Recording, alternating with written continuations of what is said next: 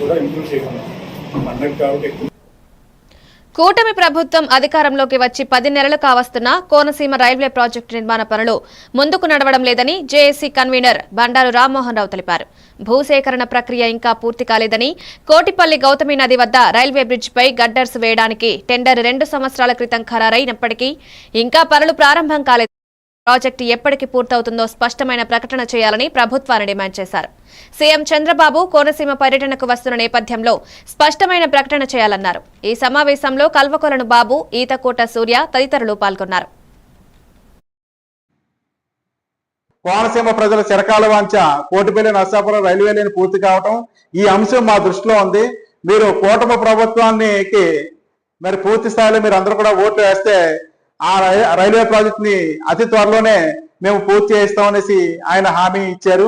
ఈ విషయం మరి అన్ని ఛానల్స్ లో కూడా వచ్చింది.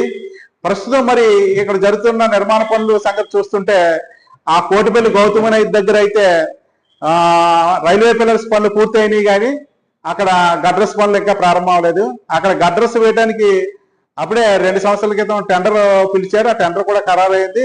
ఇప్పుడు 2 సంవత్సరాలు పూర్తయినా సరే అక్కడ గడ్రస్ పనులు ప్రారంభం అవ్వలేదు.